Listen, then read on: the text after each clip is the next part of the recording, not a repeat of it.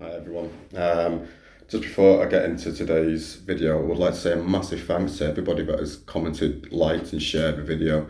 I've received loads of messages of support and loads of messages from people that have watched the videos and have decided to, connect with old friends and get around and see them. And I've also had people messaging me about sort of their journeys and what they're going through, and I found it really helpful, and they found it really helpful seeing these videos and just sort of understanding and demystifying this, this grey bubble around cancer. Because when you say cancer, you actually don't see what goes on behind it. So for every time that someone has commented and shared and liked, we are making a difference to these people's lives and mine. So yeah, massive thank you to everybody, and it just shows the importance of actually sharing this to get the message out. So following up from my consultation yesterday, the plan is for chemoradio, and what the treatment is going to be is 6 weeks of radio, which will be every day, Monday to Friday for 6 weeks with a weekend rest, and 2 doses of chemo. So the chemo will be given in week 1, and the second dose will be given in week 5. And what that does is sort of super boost this radio. Obviously, there have been a couple of decisions that I've had to make. Firstly is freezing my sperm. So there is a very high risk that I'll become infertile. So they do give me an option to freeze my sperm if I decide to have kids on in later life. So I have took that option. Obviously, I'm still young, I'm 32, so if I do decide I want to have a child, that option is still there for me. Secondly was I am having a tube fitted into my stomach. And the reason for that is because it does affect, it's about 33% of people, because of where the head and neck cancer is, it will affect my saliva glands.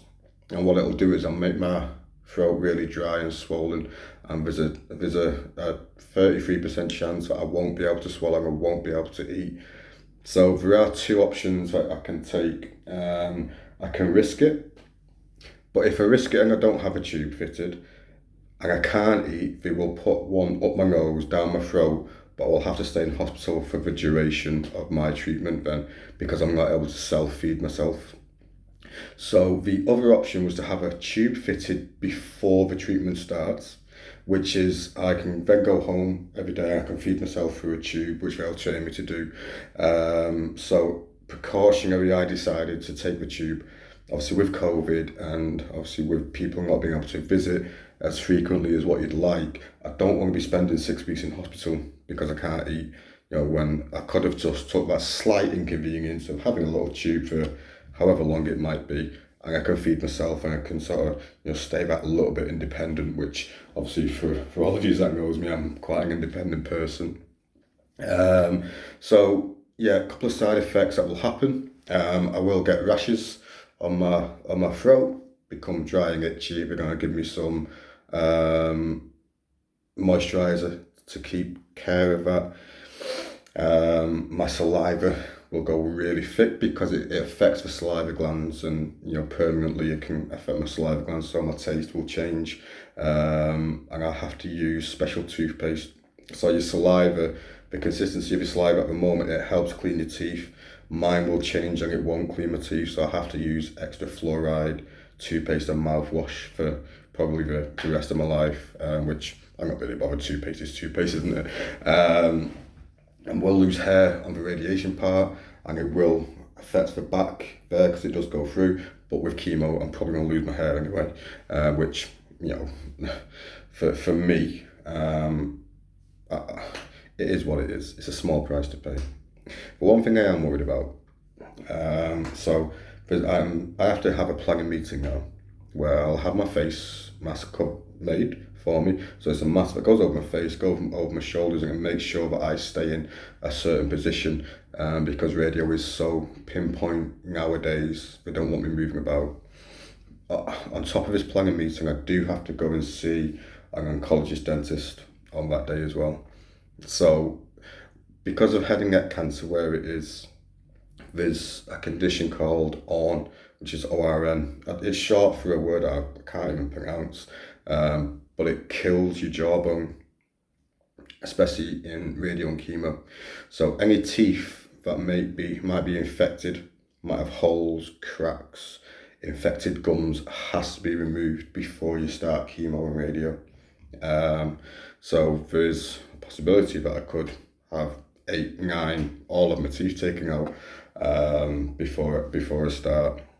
So yeah, I know for a fact they're going to take one out the back here and one out the back there, because I do have 2 quite bad teeth here. But listen, if it's gonna save my life, then I can go without teeth. That's absolutely fine. So yeah, some things to expect if you are going through this. You will have maybe a feeding tube fitted. You will have a dentist appointment. You might have teeth removed in order for you to be able to go through radio and chemo and reduce the risk of damaging your lower jawbone, and your taste will change. So you will have different saliva. But like I said, if it's going to save my life, then that's the price that I pay for it. So yeah, next steps is I am waiting for a letter now from this planning meeting for when I'm going to have that appointment. The doctor did say it's going to be about a week. I am anxious, like I explained in previous videos, that waiting for these letters are a really hard time, because at the end of the day it's cancer. At the end of the day you're scared of it spreading, you're scared of everything, and every day goes by you feel like it's another day that potentially could lead to something more serious. So yeah, a couple of things I have been doing in preparation for this is I have been trying to put on a lot of weight. So I've been eating biscuits with my coffee. I've been just eating small snacks, even when I'm not hungry. As you can see, my face is hanging out a little bit. I'm putting a bit more fat on my arms, because obviously for the next 6 months my appetite won't be there. So if I do lose a lot of weight, I won't go really, really thin. So just a preparation. I've not stuck to a strict healthy diet or anything like that, because I don't know what it'll be. I've just tried to put on a little bit more weight, just to sort of give me that buffer. Whether it's good or bad, I don't know. That's just to make it clear, that's not medical advice. That's just for me thinking logically. That's what I've done. Yeah, I have struggled a little bit day-to-day living. And what I've found is, very recently, I struggle to do more than one thing a day. So whether that's my appointment, I'll have my appointment, but I won't do anything else that day. And it's not because I don't want to, it's just that physically and mentally I actually can't. And I think, obviously I explained on a previous video, I have sort of turned a corner in the last few weeks, where I've sort of come out of this sort of dark part, and I've come into this, listen, I'm fighting it now, I'm happy, I'm taking it head on. And I think that's a realisation of the way that I feel is actually normal. It's normal for me to feel like this. I'm not strange, I'm not weird in any way. I'm just being a normal human being. And the realisation that I actually can't do more than one thing a day, so I won't plan to. It can be really simple things like changing bed, do shopping, do my dishes, clean my house. I'll only do one per day. So I'll only plan for one, because if I plan for too many, I get stressed then, because I've not achieved it, because I sit down, because I'm thinking, or I just can't be bothered some days. Do you know what I mean? I get to that stage. So at this moment in time, I'm only planning to do one thing a day, and it's really helping me, if I'm honest with you. Just to sort of keep myself that little bit mentally sane. But yeah, touching it again, obviously massive thanks to everybody who supported me through this. Massive thanks to everybody that's messages me. I do apologise if I've not responded. Obviously I am getting a lot of messages at the moment. I physically can't reply to everybody, but I do read them all. I do see them all, and absolutely, thanks for having the courage to speak out. So yeah, massive thank you everybody. I'll keep you all up to date. Thank you, bye.